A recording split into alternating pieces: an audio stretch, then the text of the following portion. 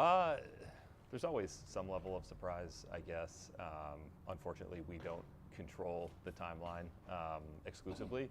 And obviously we haven't lined up on anything yet, but we'll continue to be as aggressive as we can. Do you think that bat necessarily needs to be someone who would be in the lineup every day, or could it be a platoon bat? I think there are probably a few different ways to approach that. I think balance most likely takes the shape of someone who's in the lineup pretty regularly, but also we've seen Alex, being very aggressive in mixing and matching and using the entire roster. So I think we have to be open to all paths that improve the team, and don't want to close off any possible pathway.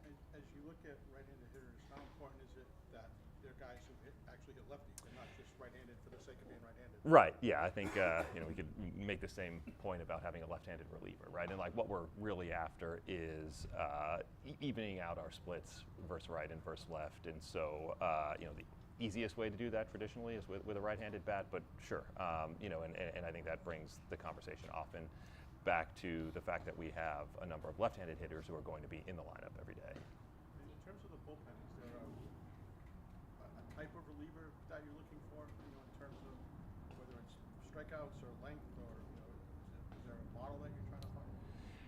Yeah, I mean, the snarky answer is one who can get outs, right? Of course, but I do think that there's an added benefit to relievers who can generate swings and misses, just in terms of their ability to strand runners. And so, I think a number of the moves that we made this offseason to build out the bullpen was done with that in mind. And so we'll definitely have an eye for relievers who are able to generate swing and miss. Do you feel like it's necessary right now to add a back-end guy, or could you go into the season with what you have right now in terms of bullpen? Yeah, I think we feel good about the depth that we've accrued over not just this offseason, but probably the last year and a half or so. We have a number of guys who played meaningful roles for us last year. Certainly, there were some growing pains associated with that.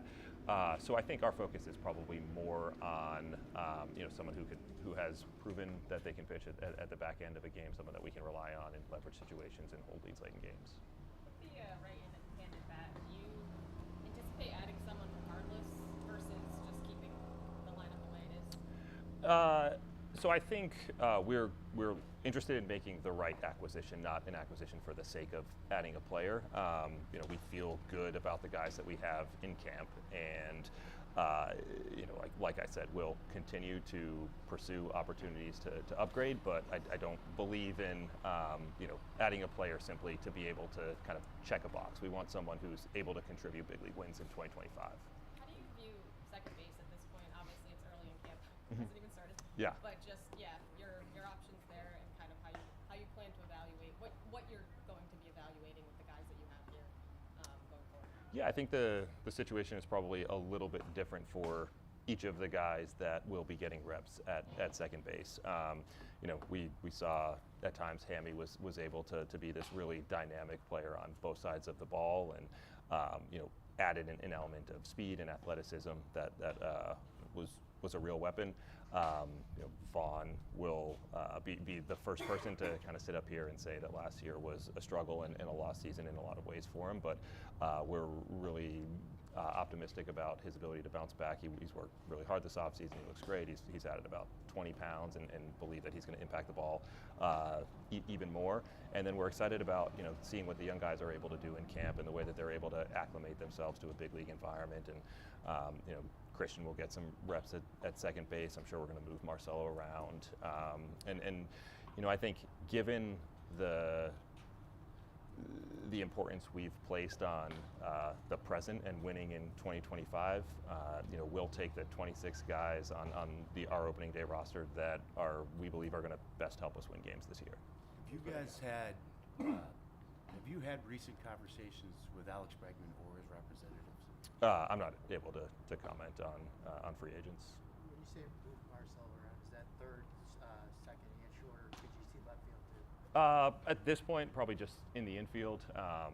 First big league camp, want to try to maintain some level of familiarity, but we're very excited about what a number of those young guys are going to bring, and want to ensure that this camp is productive not just for us in terms of getting a chance to see them work, but for them in terms of the exposure that they're going to get to a big league environment. It's currently constructed. Do you think this is a playoff team right now? I do, yes, You do. yes. Craig, at the end of last season, Sam talked to, it was Pete or Alex, but he spoke of extreme urgency internally and investing more than we did last year. Do you feel this offseason has reflected those issues? Yeah, so I think urgency is kind of it's a difficult word to define because we tend to evaluate urgency in terms of outcomes, and I think the concepts that we've discussed, the pursuits that we've had, have been done so with a level of aggressiveness and urgency. But I also understand that ultimately we're going to be evaluated by the product that we put on the field and the number of games that we win. I know. Craig, I know you're 6 weeks out from the start of regular season, but is it your expectation that both Giolito and Whitlock are going to be ready to go for opening day? Yeah, I think I would probably stop short of putting a specific timeline on those guys just because 6 weeks can be a really long time, especially in the life of a pitcher. But both of those guys are absolutely tracking, in a way that's really encouraging. I think if you were to speak to them, they absolutely have their sights set on being ready on opening day. And pitching depth is something that we've worked really hard to amass and feel good about it. And certainly those two guys are going to be a key part of it.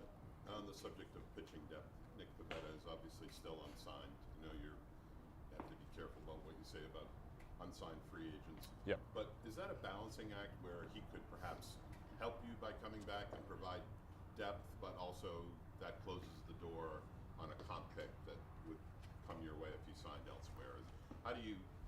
How much does that factor into your calculus there when it comes to somebody like that?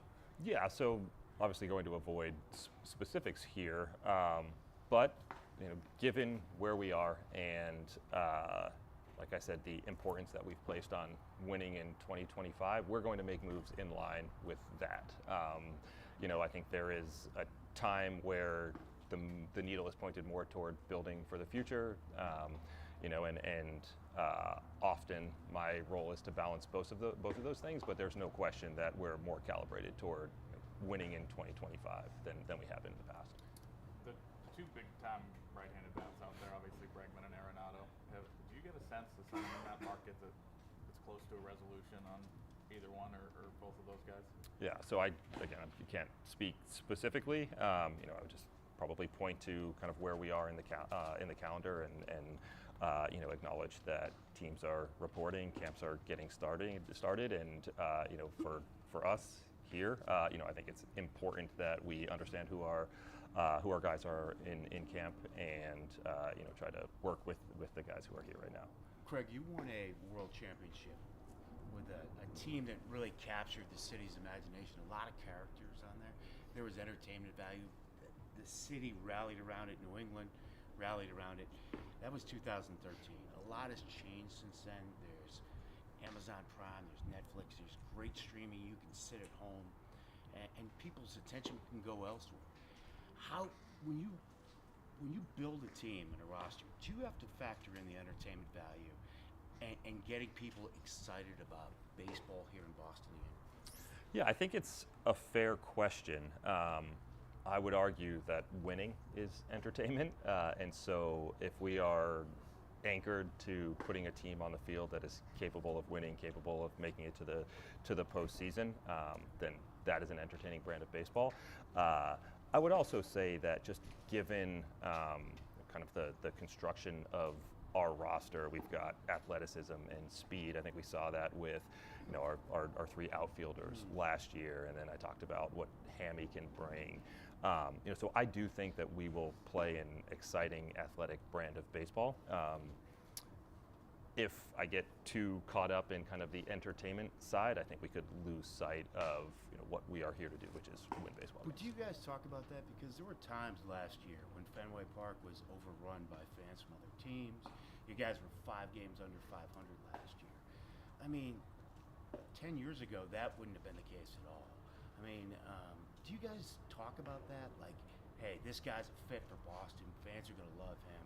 And does that help win games in any way? Clubhouse guys, getting people behind the team, fans excited about it? Yeah, I mean, I think Fenway Park is this truly unique venue, and there are players on other teams who will talk about there being no better place to come and play. And then when players get here and we're winning, we saw it at times last year how passionate the fan base is, how exciting and electric that environment can be. And I would never say that makeup doesn't matter, that chemistry in a clubhouse doesn't matter. As you mentioned, our 2013 team was exemplary of that. But I think at the same time, we have to be mindful of guys who can thrive in Fenway are typically really good players who are super competitive, and prioritize winning above Mentally any tough. individual accomplishment, and certainly mentally tough as well. Who do you identify at this point as ninth inning candidates in-house? Yeah, so I think we have a number of guys who have pitched at the back end of games, and Hendricks and Chapman, of course, but also Slayton is a guy that I think deserves some consideration. Whitlock is someone who I think can be deployed as a real weapon given his ability to throw multiple innings, and those could be multiple innings in a bridge type role, or they could be multiple innings at the back end of a game. Wilson is someone with a track record of pitching at the back end of games. So, as things stand today, I think there'll be a level of competition that'll be really productive, and we've got guys with strong track records of being able to generate swings and misses at the back end of games. Alex has seen it go both ways, tried both things about, a leverage guy deployed in whatever inning that requires versus here's your 8th inning guy, here's your 9th inning like you guys had last year. Mm-hmm. How do you want to do it? Yeah, I think some of it is personnel dependent. I think some certainty and stability is often helpful, but I think above all else, one thing I've got supreme confidence in is the communication that'll take place between Alex and Bales and our pitchers in the bullpen, so that they'll know what the expectations are. I think Hendricks might have been the first acquisition you made when you took over, close to it. Trying to think through on the pitching side, or just Well, I mean, generally. one of the first ones. Yeah, well, so a couple trades, right? Yeah. I mean, it's been a long time. How anxious are you to see him out there and pitching? Yeah, no, having him in a Red Sox uniform pitching meaningful innings is something that I think we're all looking forward to. And I think given what he's overcome in the last couple of years, it's something that our fan base is going to get behind. And the impact that he has had, despite the fact that he hasn't pitched in a big league game for the Red Sox yet, has been pretty remarkable. But there's no question we signed him because he's been a dominant closer in this game and feel like he can handle the stage and help us preserve leads. Physically, he's all, no questions in terms of. Yeah, physically he's full go. Right. Is there anybody at this point who hasn't, won't be in camp on time? No, not that I'm aware of. When you look at guys like Chapman and Hendricks, and they have a decade of kind of proof in the pudding of what they can do, how do you evaluate them in a 6-week window here compared to that? Yeah, I think a lot of it is going to be conversation, and speaking to those guys, getting feedback in terms of how they feel, how they're recovering, how ready they believe that they are, and needing to trust that, when guys have the track record of success that each of those does, they've got a pretty good sense for where they need to be at kind of certain benchmarks throughout spring training, and we'll follow their lead. Obviously we have a ton of technology and data to track this, but at the end of the day, it's going to be Liam, it's going to be Araldis who tells us how they're feeling. And I looked out my window this morning, and Araldis was running sprints after I saw him in the hallway coming out of the weight room, so he seems to be raring to go. Rafi's been here early. You guys asked him to come in early. You think that's going to make a difference? So, yeah, I mean, Rafi is someone who has kind of been a leader by example, by his actions, and has tremendous respect from the staff and from the clubhouse. And I think, showing up early, working hard, committing himself to getting into great shape, to working, on his game on both sides of the ball, like, it's absolutely going to benefit him. But I think ultimately he needs to be healthy, he needs to stay healthy. And, we've seen what a healthy Rafi Devers is capable of doing in the middle of the lineup. He carried us for weeks at a time, and expect a great season out of him. Craig, Several as you times. contemplate perhaps adding somebody during spring training to the major league roster, how mindful do you have to be of maybe leaving room to be able to make in-season moves when it comes to payroll? Yeah, I think, given that I'm sitting here now and saying that we are focused on winning as many games in 25 as we can, and believing that we have a team that's capable of making the playoffs, my hope is that as we approach the trade deadline, we're going to be in a position to add, to supplement the roster. And I've never been a part of a Red Sox team as a player or in this position where we haven't had the resources and support to do that at the deadline. Several times throughout last season, Cora told us that he felt like the numbers didn't accurately depict Rafael Devers' defense. He thought his defense was a lot better than what the stat line might show. Do you agree with that, and how would you kind of assess where he's at defensively? Yeah, I think we had focused on a few kind of specific goals that that Rafi worked really hard to accomplish, and defensive metrics can be misleading at times because of the sample and because of the way that one play can kind of skew the overall picture. But we've been happy with the work, and know that Rafi takes a ton of pride in his defense. Obviously the headline is what he does in the batter's box, but like I said, he takes a lot of pride in trying to be the most complete player that he can. Obviously, a lot of buzz around Roman Anthony going into this camp. How do you look at where he's at coming into camp? Yeah, I think there's excitement around Roman, around Christian, around Marcelo, around others, and rightfully so. At the same time, I think it's important to be mindful of the reality, which is Roman is 20 years old and in his first big league camp, and obviously we're thrilled that he's a part of this organization. We're thrilled with kind of the current state of the farm system, but our job is not to win farm system rankings; it's to win big league ball games. You talked about wanting, and you have extending some of your younger players to contract extensions. Where do you feel you'll be able to get another one or two of those players done by the end of spring training, or where do you stand on or any of those negotiations? Yeah, no, I think an important strategy, an important kind of pillar for us going forward is identifying the players that we believe can be impactful for a really long time and who embody what it takes to be successful, in Boston, and trying to preserve those relationships and keep them in Red Sox uniforms for as long as possible. It's hard to forecast how successful we'll be, but I anticipate having a number of those conversations. Is it safe to assume that you've had conversations in the past few weeks with some of these guys? Yeah, I think kind of keeping the specifics, to within a handful of people. Certainly, we've had those conversations, and at this point in time, they're general and kind of vague. But my hope is that they become more specific and ultimately lead to good outcomes for players and for the Red Sox. How about some of those 0 to 3 guys, Craig? Would that fit into that same category? Maybe people that you've approached in the past and haven't been able to get deals done on extensions? Yeah, I think we'll take a look through a pretty wide lens, and if there's an opportunity for things to line up, we certainly want to explore them, and also respect that each player approaches these situations a little bit differently.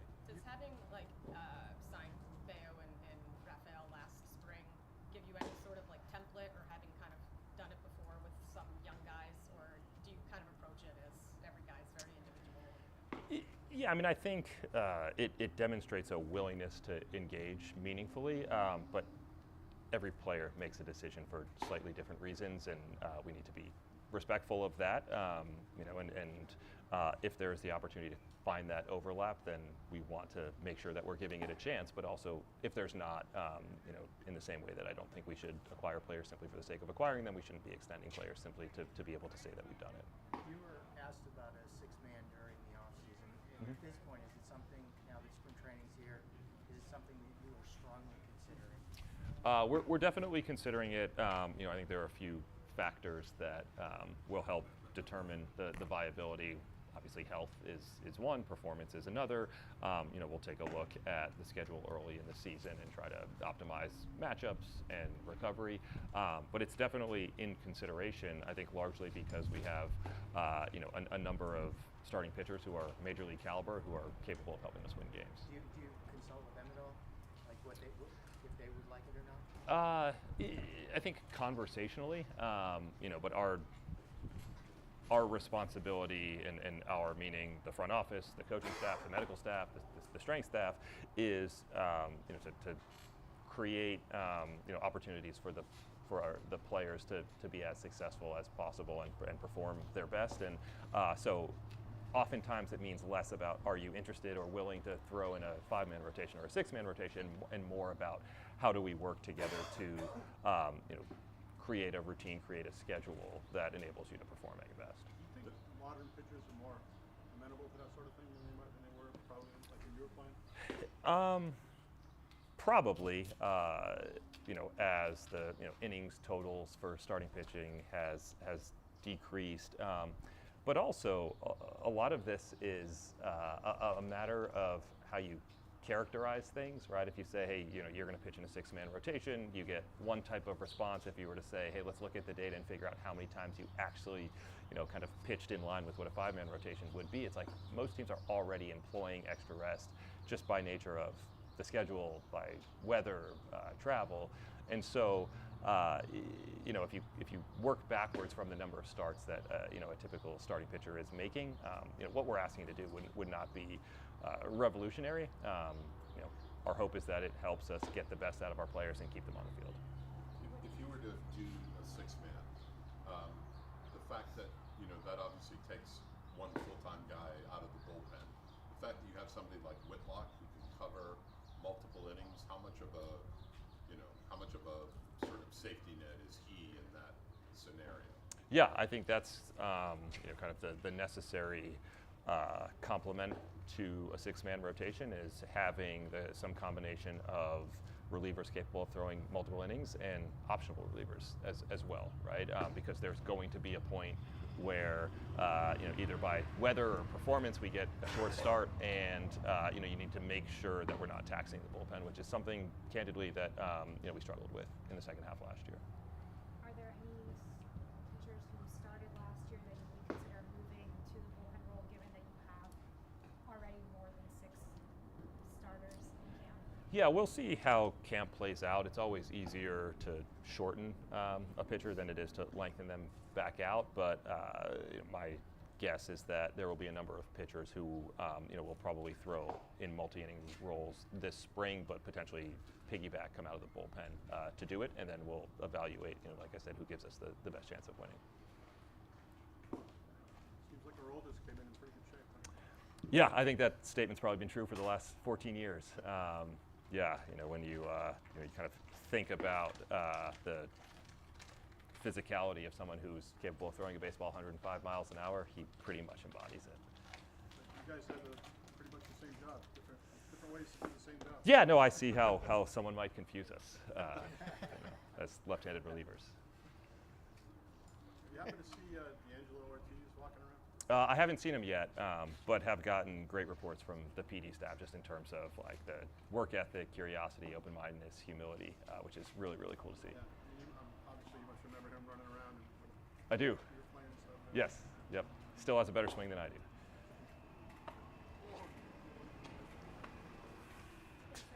All right. Thank you. Thanks, Greg.